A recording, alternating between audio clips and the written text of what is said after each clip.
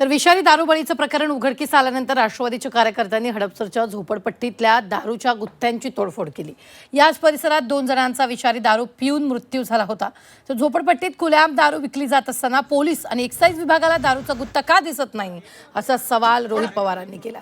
तर या परिसरात हातभट्टीची दारू कुठं गाळली जाते हे पोलिसांना माहिती आहे, तरीही पोलिसांनी कारवाई केली नसल्याचा आरोपही रोहित पवारांनी केला।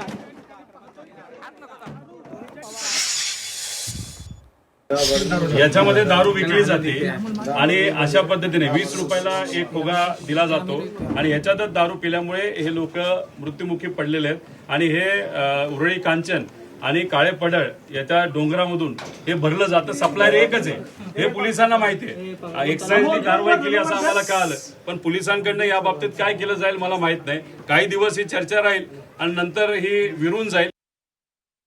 दारू विकली जाते, आता जिथं ही विकली जाते तिथं आपण आलोय, मीडिया आले, सामान्य लोक आलेत, पण पोलीस अजून काय आलेलं नाही। आणि सीपीने विचारल्यानंतर म्हणतात माणसं जी हडपसर भागातली मेलेली आहेत ती कशामुळे मेलेत अजूनपर्यंत आम्हाला कॉन्क्रीट पद्धतीने कळलेलं नाही। संध्याकाळपर्यंत आम्ही रिपोर्टसाठी वाट बघू आणि नंतर कळेल।